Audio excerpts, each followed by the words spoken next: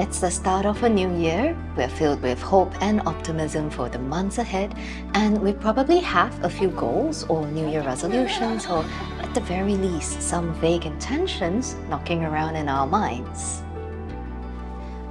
And we totally should. After all, we are the authors of our own story. We are the ones piloting our ship of life, charting our own course out there on uncertain waters. Maybe you're thinking it's about time to get started on that side hustle, or hit that 100K savings milestone, or simply work out more and lose some weight. Our choice of goals is arguably the single biggest determinant in shaping the progress of our lives. After all, someone with the goal of becoming a CEO of a multinational company is going to go down a radically different path to someone with the goal of becoming a webtoon artist, say. Our goals and intentions set us the direction we want to progress towards in life. These days, it's not enough just to have general goals such as I want to get in shape, right? Goals need to be SMART goals. They need to be specific, measurable, achievable, realistic, and timely. And that's all well and good, but I cannot be the only person out there who's repeatedly set such goals every year at the start of the year, and then, some months later, find myself sidetracked, feeling like life is this nebulous haze I can't quite really grasp firmly. Or sometimes we actually hit the goals, right? But like a while later, we just lapse right back into our original state. We want to grow and progress in all sorts of different ways, but year after year, nothing really changes that much, and that feeling of real, satisfying progress remains kinda elusive. I've had quite a few goals on my list like that for a while now, and it wasn't until this past year when I started implementing systems, not goals, where I experienced pretty quickly measurable progress towards my ideals and targets. Systems, not goals is an idea popularized by James Clear, author of Atomic Habits, that the fastest, most effective way to progress in your life is not setting goals, which is kind of a broken process really, but to design optimum systems, those little everyday routines and habits that lead to the outcomes your goal relates to. Like, for example, if your goal was writing a book, then your system is the way you get ideas for your plot, how often and how much you write, how you work with your editor and receive feedback. If you're a student, your goal might be to get amazing grades, ace every subject.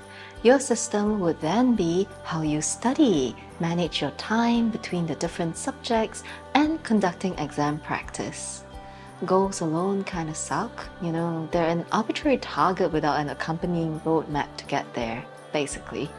Plus, until you reach your goals, you're essentially in this continual negative loser state of mind, which kind of really dims the glow of the whole fresh new year ahead. Systems, on the other hand, it's basically rising above goals to the level of continuous improvement and endless refinement. Instead of setting targets for results, we examine our everyday routines and habit systems that lead to those results, and we fine-tune those instead. Setting systems instead of goals basically means daily continuous small improvements towards our dream life visions, and it just makes so much sense. After all, if we just get 1% better each day for a whole year, we'll end up 37 times better by the time we're done.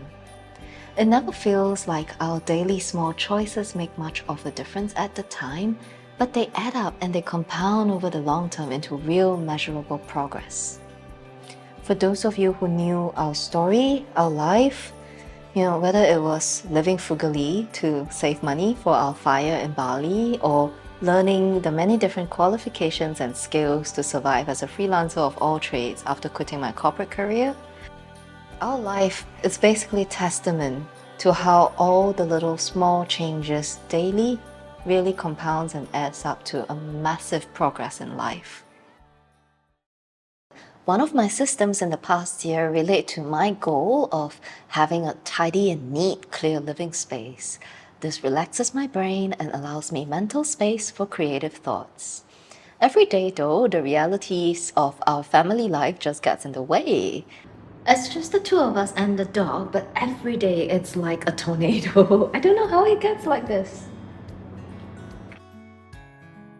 So this is the system I've designed that's been working quite well for me for the past year. Everything in my home has a spot, the correct baskets, boxes or drawers. Every morning when I'm up, I meander the house, tidying up and setting things right. And every night, as part of closing up the house and winding down for bed, I do it again. It's quite calming and satisfying, and these days, generally my living space is clear and beautiful and makes a wonderful backdrop to all the life stuff we got going on. Setting systems rather than goals often feels so much more long-term, like a true commitment towards what really matters. This is especially clear where it comes to my health and weight maintenance. So with the onset of my 40s, I've actually had an extra 4 or 5 kilos creep up on me in the past year. In an effort to lose these, I keep doing this pinging back and forth between extra gym sessions and diets versus normal life. I succeed with the weight loss here and there. But then shortly after, I usually revert back to my food habits of the past decade, and then the kilos creep back as well. So, since a couple of months back, I've sat back and rejigged my entire system of food, diet, and exercise instead. I mean, after all, the arbitrary goals of 2 or 4 kilos, it's really, at the end of the day, a desire to keep healthy and fit and not get fat. My 30s have basically been a decade-long tribute to the joys of sugar and junk food. I love my chips, bubble teas, and all sorts of processed treats, and my active lifestyle meant I got away with indulging as much as I like whenever I felt like it. Now, after a lifetime of romance with rice, I've actually weaned myself off it most days, and I'm surprised, to find that I don't miss it as much as I expected. Transitioning my crunch addiction from endless chip packets towards carrot sticks and bell pepper slices is a continuing work in progress, but it's happening, and I do like feeling healthier with the reduction of processed food consumption. Designing your optimum system is not just about what you do, but importantly also considering who you are, what's important to you, and what you choose not to do. Do less, but better.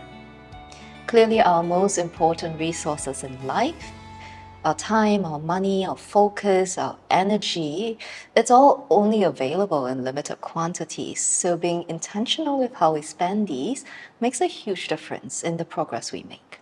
I know that a lot of you who watch my videos regularly are either considering a change of pace from your current job situation, or maybe even outright planning to revamp your life and relocate to somewhere out here in Asia. If these were my goals for 2024, then perhaps the systems I would work on fine-tuning would relate to the amount of savings I can build up as quickly as possible to finance my relocation, and how I spend my free time picking up additional skills that would support my transition out of corporate life into something completely different, and learning how to live better with less and get in touch with my honest inner self. For me, designing my optimal systems also means factoring in all the little things unique to me, stuff like when my daily energy peaks and wanes, how I'm most creative in the peace of dawn or the solitude of late night. All these characteristics make up who we are, and instead of letting them hold us back from progress, we can design daily routines around them that turn our weaknesses into strengths. So for this new year, what are your goals and what systems can you put in place to get there in concrete little steps every day? If what I've shared today has given you some ideas and inspirations, do share them with me in a comment down below. I'm interested to hear what you're planning. So often it is your input and notes to me that inspire me to the thoughts and the content that I create. So thank you very much for always being here for me, as well as for the past few years.